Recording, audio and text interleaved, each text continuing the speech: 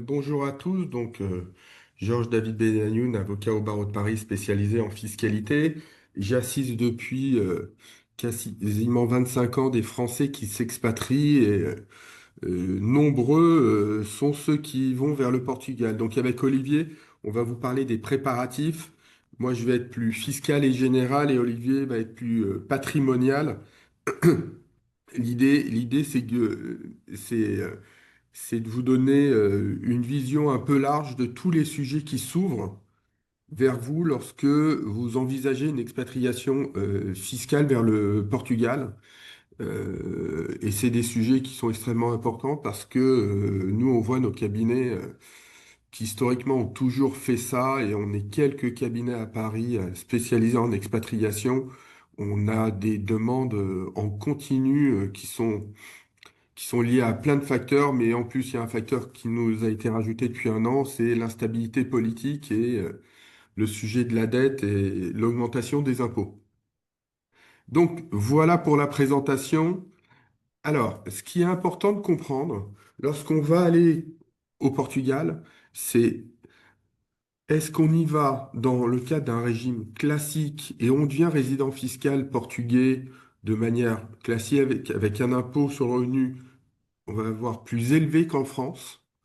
Pourquoi? Parce que on a des tranches beaucoup plus petites au Portugal qu'en France. Et d'ailleurs, c'est plutôt ce qu'on voit en Europe, c'est-à-dire des tranches où à 50 000 euros, on peut être à 50% d'impôt, alors qu'en France, pour être à 45, il faut quasiment avoir trois fois ce montant en revenu imposable.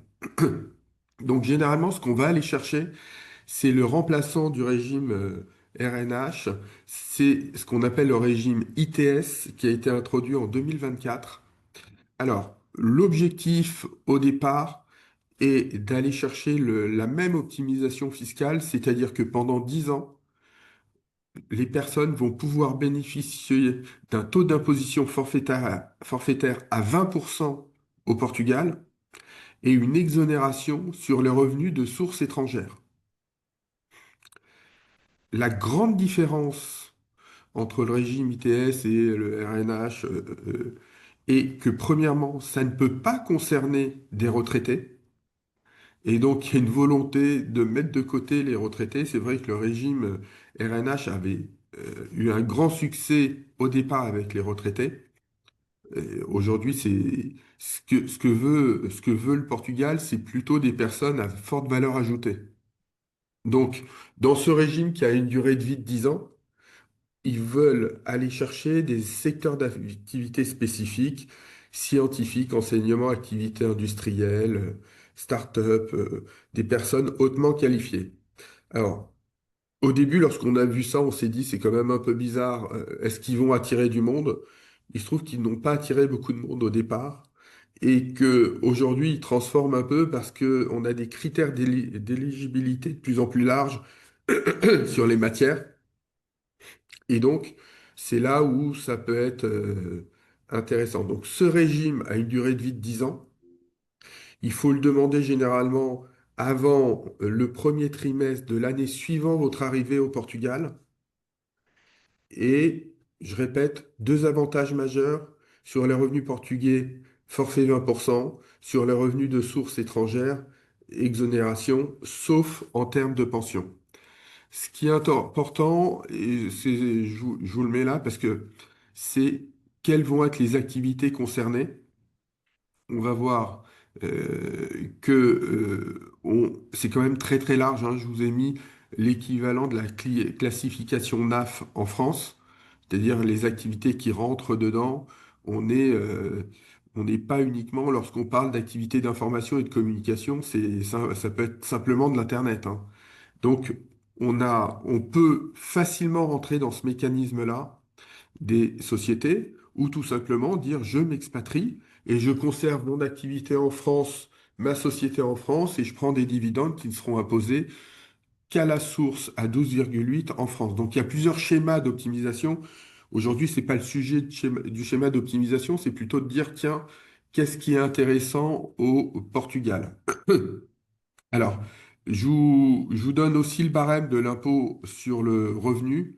Vous voyez, 48% sur des revenus à 83 000 euros, c'est quasiment deux fois moins que la France pour 45% d'impôts. On voit, je vous ai mis le barème en dessous pour une part. Donc, on a une fiscalité hors régime ITS qui n'est pas obligatoirement intéressante, sauf pour une catégorie de clients qui viennent nous voir, c'est ceux qui détiennent de la crypto, puisqu'on a des régimes très particuliers en matière de crypto au Portugal, et qu'à partir du moment où on les détient une certaine durée et qu'on n'est pas un professionnel, on va se retrouver avec une exonération sur la crypto. Ça fait, ça en fait un quasi-paradis fiscal pour ceux qui ont de la crypto et qui veulent convertir en monnaie numéraire. Une fois que on s'est dit ça, on se dit, voilà, je vais aller au Portugal parce que c'est le lieu où je veux vivre. J'ai une fiscalité qui est intéressante ou pas, mais vous avez fait votre choix. Comment vous allez préparer votre départ de France? D'abord, il faut se poser différentes questions. Nous, on va aller analyser nos clients selon différentes catégories.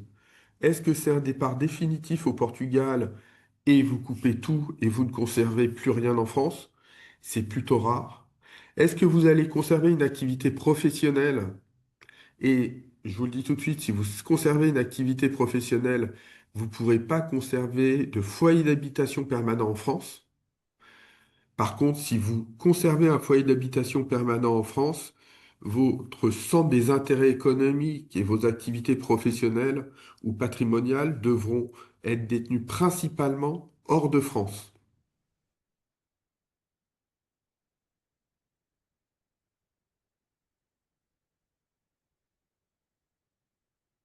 Alors pourquoi j'explique ça? On va aller voir trois critères différents. Le premier critère, c'est le critère du foyer d'habitation permanent. Le foyer d'habitation permanent, c'est un lieu de séjour permanent que vous auriez en France. Si vous en conservez un en France et vous en conservez un au Portugal, on va passer au deuxième critère qui est celui du centre des intérêts économiques. Donc si vous êtes et si vous restez chef d'entreprise d'une entreprise française qui va vous distribuer du dividende, la notion de centre des intérêts économiques, elle sera toujours française. Donc dans ce cas-là, il faut revenir au premier critère et dire, je ne dois avoir qu'un foyer d'habitation permanent au Portugal et pas en France. À l'inverse, si votre centre des intérêts économiques n'est plus en France, alors je donne des exemples, hein, par exemple, votre patrimoine financier, Olivier va en parler tout à l'heure, est placé au Luxembourg et qu'il vous rapporte plus que vos retraites, vous pourrez conserver un foyer d'habitation permanent en France. Donc il y a une véritable analyse qu'on va aller faire pour pouvoir dire, au vu du mode de vie que vous souhaitez acquérir, temps plein au Portugal, temps partiel, société en France, pas société en France, maison en France, non maison en France, on va aller qualifier votre résidence fiscale pour pouvoir vous protéger. Pardon. C'est donc ça un élément essentiel du raisonnement. C'est même l'élément phare de la préparation de votre dossier de départ de France. Après, ben, on va juste suivre les incidences. On va aller regarder qu'est-ce qui vous reste comme revenu de source française. Des salaires retenus à la source en France. Généralement, on limite les salaires parce que ça n'a aucun intérêt. Les retraites publiques, obligatoirement, imposition en France. Donc ça, vous ne pourrez pas faire autrement. Il faudra juste constater que dans ce cadre-là, vous avez une imposition en France. Revenus fonciers, imposition en France, sachant que vous serez imposé dès le premier euro à 20% et que vous serez dispensé de contributions sociales si vous démontrez que vous souscrivez au Portugal un régime de sécurité sociale.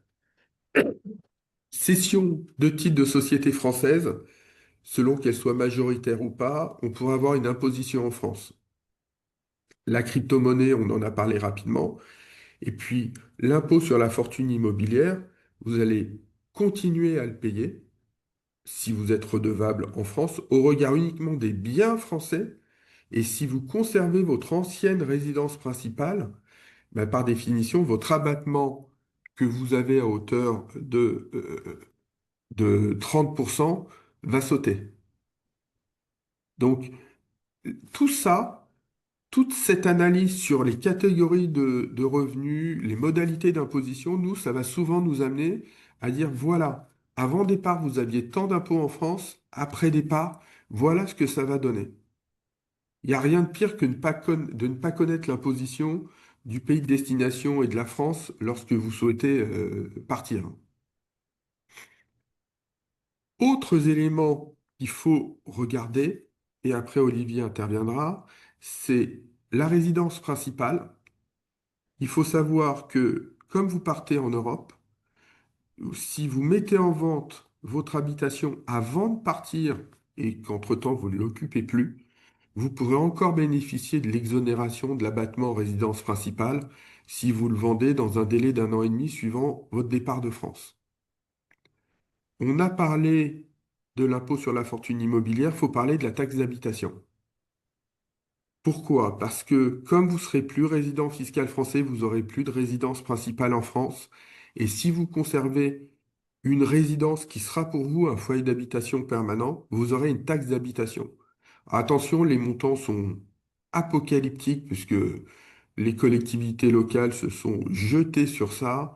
Grosso modo, à Paris, pour un 70 mètres carrés, vous pouvez avoir une taxe d'habitation quasiment de 3 000 euros. Donc après, vous faites l'équation. Toutes les grandes métropoles françaises ont ce système qui est d'ailleurs pas lié au fait que vous soyez non-résident, mais au fait que ce ne soit pas une résidence principale. Donc, que vous viviez à Porto, à Lisbonne ou à Marseille, si vous avez un bien à Paris, vous aurez une taxe d'habitation. Autre élément à regarder, est-ce que vous êtes redevable ou pas de l'exit tax? Alors, redevable, ça ne veut pas dire que vous allez le payer, parce que vous partez en Europe et donc vous allez bénéficier d'un sursis automatique. Mais pour autant, vous avez l'obligation de le déclarer, sinon on va vous rattraper et ça va mal se passer. Dans quel cas vous êtes soumis à l'exit tax?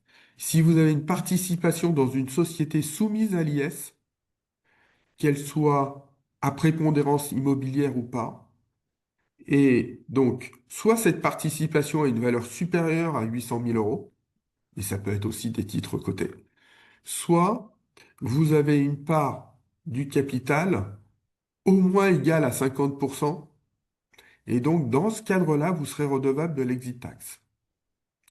L'exit tax, c'est quoi? C'est tout simplement le calcul des plus-values latentes sur les titres des sociétés dont je viens de vous parler. Et donc, c'est le différentiel entre votre prix de souscription, si vous avez créé la boîte, ou votre prix d'acquisition, si vous avez acheté la boîte, et le prix, le montant de l'évaluation de votre société au départ de France. Alors, on ne triche jamais parce qu'on n'a rien à payer et ça n'a pas plus d'incidence. L'exit tax se contourne quand même relativement facilement, mais c'est quand même indispensable de le faire et de le suivre 2 ans ou 5 ans en fonction du montant de votre participation. Dernier élément, vous aurez encore des obligations en France. Premièrement, dès que vous partez, il faut avertir l'administration fiscale française. Si vous êtes retraité, il va falloir gérer votre prélèvement à la source. Pourquoi? Parce que votre prélèvement à la source, il vient pas de l'administration fiscale, il vient des caisses de retraite. Donc, il faudra faire stopper auprès de ces organismes les prélèvements à la source. Et puis surtout, l'année de départ, on a une double déclaration. On coupe l'année en deux, du 1er janvier à la date de départ, même si c'est le 31 décembre, et de cette date de départ au 31 décembre. Donc, si vous partez le 31 décembre, vous aurez une déclaration du 1er au 31 et une deuxième au 31 qui s'appelle une 2042 NR comme non-résident qui concerne la période de non-résidence fiscale. Voilà sur les éléments que je voulais vous présenter ce matin. Olivier, je te donne la parole et puis en fonction, on pourra intervenir si les personnes ont des questions. Oui, Je vais juste sortir du partage. Voilà, Olivier, c'est bon. merci. Alors, donc, bonjour à tous. Donc, moi, je suis conseiller en gestion de patrimoine basé à Paris et j'interviens vraiment plutôt dans la mise en œuvre concrète de vos placements, tant sur le choix des enveloppes de placement, assurance vie, compte titre, contrat de capitalisation, que dans l'élaboration de l'allocation d'actifs. en sélectionnant les gestionnaires les plus pertinents pour optimiser le rendement de votre épargne. Donc, dans le cadre d'une expatriation, la question qui va souvent se poser, c'est finalement est-ce que je délocalise mon patrimoine? Est-ce que je garde des choses en France ou est-ce que je mets tout à l'étranger? Et si à l'étranger, où? Alors, il y a plusieurs raisons de ne pas garder son patrimoine en France, au-delà des aspects liés à la détermination de la résidence fiscale qui ont été abordés. La première, c'est que pour tout ce que vous gardez en France, la France garde sous une certaine forme la main dessus. Donc, si vous avez des placements sur lesquels vous percevez des intérêts, des dividendes, si vous faites des retraits sur des assurances vie ou avec des gains latents, eh bien, il y aura de toute façon un prélèvement à la source en France, quelle que soit la fiscalité que vous avez au Portugal. Si vous gardez des biens immobiliers en France, on l'a dit, bah, ça reste taxé en France et parfois fortement taxé. Ensuite, en France, il y a des lois qui peuvent être assez désagréables pour les investisseurs, comme la loi Sapin 2, qui permet au gouvernement de bloquer les retraits sur les contrats d'assurance vie. On parle de mise en œuvre de taxation sur l'épargne ou ce genre de loi. Donc, si vous devenez non-résident fiscal au Portugal, mais que vous gardez de l'épargne en France, eh bien, il y a de fortes chances que votre épargne en France soit soumise à ces dispositions. Donc, souvent, ce qu'on va privilégier comme place pour loger ses investissements, c'est le Luxembourg. Le Luxembourg présente un certain nombre d'avantages. D'abord, la sécurité. Le Luxembourg a un régime spécial, un triangle de sécurité qui fait que c'est vraiment la place financière la plus sûre d'Europe pour détenir ses actifs. Il vaut mieux avoir des comptes, des contrats d'assurance vie, des contrats de capitalisation au Luxembourg auprès de sociétés luxembourgeoises qu'auprès de sociétés françaises si jamais il y avait une crise systémique. Le Luxembourg offre ce qu'on appelle une neutralité fiscale. Ça veut dire que tous les placements qu'on a au Luxembourg ne subissent pas de fiscalité au Luxembourg. La fiscalité qu'on a dépend vraiment de son lieu de résidence. Donc si vous partez au Portugal, c'est la fiscalité du Portugal qui compte. Si ensuite vous partez en Italie, ce sera la fiscalité de l'Italie. Si vous revenez en France, ce sera de nouveau la France. Donc neutralité par rapport à vos actifs et une fiscalité qui dépend de votre lieu de résidence. Ensuite, au Portugal, on dit souvent qu'il n'y a pas de droit de succession, donc c'est vrai, mais si vous partez au Portugal et que vos héritiers restent en France, eh bien vos héritiers seront soumis au droit de succession en France, comme si vous étiez résident fiscal français. Donc partir n'empêche pas de se poser les questions de l'optimisation de sa transmission au regard du droit français. Les enveloppes comme l'assurance vie luxembourgeoise permettent de transmettre avec un certain nombre d'avantages. C'est quelque chose qui peut être amené à changer en fonction des dispositions qui seront prises par les futurs gouvernements, mais aujourd'hui, c'est encore le cas. Donc concrètement, ce que je conseille, ce qu'on conseille généralement, c'est de délocaliser son patrimoine financier en tout cas, et de plutôt privilégier des placements qui sont au Luxembourg. Dans le cadre d'un départ au Portugal, l'assurance vie luxembourgeoise est une enveloppe qui est vraiment pertinente parce qu'elle permet de bénéficier d'une fiscalité sur les gains très avantageuse après 8 ans. Et ça, que vous soyez dans un statut RNH ou que vous en sortiez. Donc le statut RNH, déjà tout le monde ne peut pas en bénéficier en fonction de sa catégorie socio-professionnelle. Et puis il a une durée limitée de 10 ans. Donc se pose la question de qu'est-ce qui se passe après les 10 ans si on reste résident fiscal français résident fiscal portugais. Donc, au Portugal, la fiscalité qui s'applique sur un contrat d'assurance vie, c'est que déjà, quand on a son argent placé qui fructifie, il n'y a aucune imposition tant qu'on ne fait pas de retrait. Quand on fait un retrait, on est imposé seulement sur la part de plus-value qu'il y a dans le retrait. Et après 8 ans, ce taux d'imposition au Portugal, il est de 11%, 11,2%. Donc une imposition de 11,2% sur les gains, même si on, enfin, donc si on est RNH, il y a pas de sujet, mais si on n'est plus RNH, bah, c'est très très faible et c'est imbattable. Donc pour vous prendre un exemple concret, pour illustrer, quelqu'un qui investirait 500 000 euros pendant 8 ans, si le contrat a un rendement moyen de 6% par an, bah, dans 8 ans, les 500 000 euros, ils sont devenus quasiment 800 000 euros. On estime alors que sur le contrat qui vaut 800 000 euros, sur les 800 000 euros, bah, il y a 500 000 euros de capital qu'on a apporté qui seront jamais taxables. Et puis, il y a à peu près 300 000 euros de gains qui sont taxables si on fait un retrait. Donc pour l'exemple, si je suppose que vous avez besoin d'un revenu complémentaire, par exemple de 10 000 euros, si vous faites un retrait de 10 000 euros dans 8 ans sur un contrat au Portugal, bah, ces 10 000 euros, ils généreront un impôt de 400 euros. Ça fait un taux d'imposition, un frottement fiscal de 4%. Donc ça permet de générer des revenus complémentaires très faiblement fiscalisés. Donc l'assurance vie luxembourgeoise a un intérêt parce que ça permet de délocaliser son patrimoine, ça permet de bénéficier au Portugal d'une fiscalité très attractive, mais la vraie raison de privilégier un contrat d'assurance vie luxembourgeoise, c'est tout simplement la flexibilité que ça offre dans la gestion de vos avoirs. Au sein de ce type de contrat, on peut vraiment tout faire, on peut faire des allocations sur mesure qui correspondent vraiment à vos horizons de placement, à votre rapport au risque. Et on peut tout faire, on peut avoir n'importe quel fonds, du private equity, des titres vifs, ce qui n'est pas le cas dans les contrats français. Donc voilà ce que je voulais dire aujourd'hui, globalement. Je ne sais pas s'il y a des questions sur mon Georges, est-ce que tu as Et quelque je chose vais à juste ajouter? rajouter une chose par rapport à ce que vient de dire Olivier. Ce qui est extrêmement important, c'est que euh, on demande, nous, à ce que nos clients n'aient plus de placements financiers en France. Alors, sauf à avoir des placements qui font l'objet de nantissements liés à des prêts, des contrats d'assurance vie, mais le propre d'un non-résident, c'est qu'il ne place pas son argent dans l'état de résidence où se trouvait auparavant. Donc c'est pour ça que, il est important, comme le dit Olivier, d'avoir une véritable analyse des placements qui existent en France avant votre départ pour pouvoir les bouger. Nous, on exige de tous nos clients qui sortent de France parce que c'est un critère de la résidence fiscale. Donc, en fonction de l'analyse que je vous ai faite tout à l'heure, est-ce que vous avez conservé une activité professionnelle en France? Est-ce que vous conservez une habitation? On va être très exigeant sur les placements financiers, sachant en plus que sur les petits placements offerts généralement par les banques, vous avez de plus en plus de placements qui sont interdits aux non-résidents.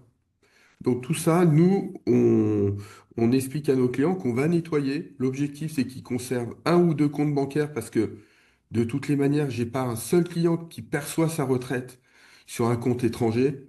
C'est, c'est trop compliqué à suivre.